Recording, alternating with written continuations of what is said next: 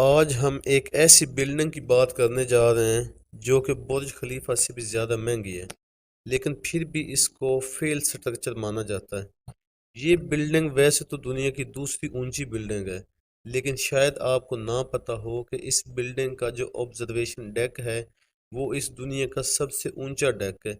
مطلب کہ برج خلیفہ کا جو آبزرویشن ڈیک ہے وہ اس بلڈنگ کے مقابلے میں کم ہی ہوگا۔ اس بلڈنگ میں جو ایلیویٹر لگے ہوئے ہیں، یعنی کہ جو لفٹ اس بلڈنگ میں لگی ہوئی ہیں، وہ بھی دنیا کی تیز ترین لفٹیں ہیں جن کی سپیڈ 74 کلومیٹر پر آور ہے۔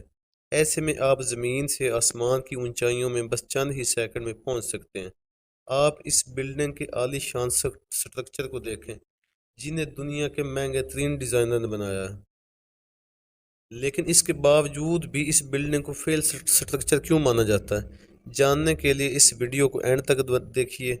دوستو، چائنا کی سب سے اونچی بلڈنگ جسے 2.4 بلین ڈالر میں بنایا گیا تھا، یعنی قریب 8-9 خرب بنتے ہیں، اور اتنے پیسوں سے آپ 2 برج خلیفہ تو بنا ہی سکتے ہیں۔ یہ بات آپ کو حیران کرے گی کہ اس کے بعد جو آپ گلاس پینل دیکھ رہے ہیں، اس میں 2000 گلاس پینل یوز ہوئے ہیں، جو کہ سبھی گلاس پینل الگ الگ ڈیزائن اور الگ الگ سائز کے ہیں۔ 632 میٹر کی اس بلڈنگ میں 128 فلورز ہیں، اور آپ کو شاید یہ بات حیران کر دے کہ جہاں بڑی بڑی بلڈنگز میں 8 یا 10 ایلیویٹر ہوتے ہیں، وہاں اس بلڈنگ میں 114 ایلیویٹر ہیں، اور وہ بھی دنیا کی سب سے تیز ترین ایلیویٹر۔ آپ اس بات کا یقین نہیں کرو گے کہ یہ بلڈنگ اتنی بڑی ہے کہ اس میں ایک ساتھ 16,000 لوگ ٹھہر سکتے ہیں۔ اب آپ یہ سوچ رہے ہوں گے کہ اگر اس میں اتنے سارے فیچر ہیں تو پھر بھی اس بلڈنگ کو فیل سٹرکچر کیوں مانا جاتا ہے؟ تو میں آپ کو بتا دوں کہ اس بلڈنگ میں 128 فلورز میں سے 50% فلورز تو خالی پڑے ہیں۔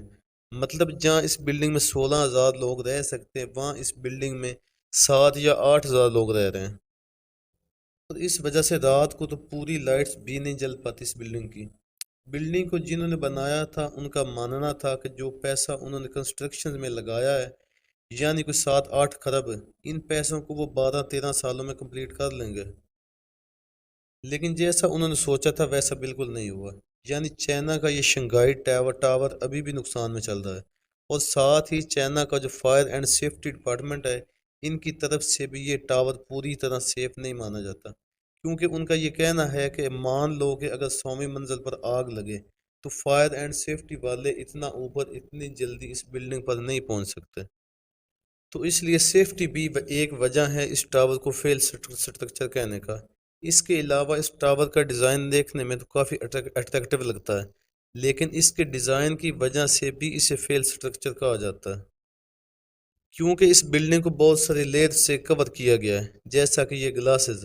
ویسے تو یہ گلاس پینل وغیرہ ہیٹ اور انرجی کنزپشن وغیرہ کو کم کرنے کے لیے بنائے گئے ہیں، لیکن ان لیئرز کی بہت ساری جگہ کنزیوم کری ہے، اس لیے یہ باہر سے جتنا بڑا دکھتا ہے اندر سے اتنا بڑا نہیں ہوتا۔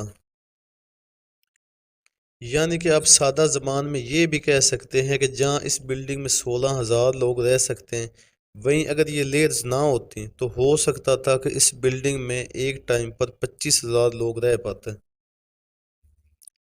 اس کے علاوہ اس ٹاور میں ایک لگژری ہوٹل بھی کھلنے والا تھا، لیکن ابھی تک وہ ہوٹل بھی نہیں کھل پایا، اور ساتھ جن لوگوں نے اپنے آفس وغیرہ اس ٹاور میں لیے تھے، ان میں سے بھی تقریباً 30% لوگ ہی اس ٹاور میں آئے۔ باقیوں نے اس ٹاور میں آفس لینے کو منع کر دیا، اور وہ آفس ابھی تک خالی ہی پڑے ہیں، جس وجہ سے اس ٹاور پر لگنے والا پیسہ بھی ابھی تک پورا نہیں ہوا۔ دوستو، حالانکہ چائنا کی یہ بلڈنگ اکنامیکلی ہی فیل ہوئی ہے، لیکن دنیا کی دوسری اونچی بلڈنگ ہونے کے ناطے ہو سکتا ہے آنے والے کچھ سالوں میں اس بلڈنگ کی گروتھ ہونی شروع ہو جائے۔ ویسے آپ کو ان دونوں میں سے کون سی بلڈنگ پسند آئی، برج خلیفہ یا چائنا کا شنگھائی ٹاور؟ ہمیں کمنٹ میں ضرور بتائیں، اور ویڈیو کو دوستوں کے ساتھ شیئر کریں، اور چینل کو سبسکرائب کرنا بالکل نہ بھولیں۔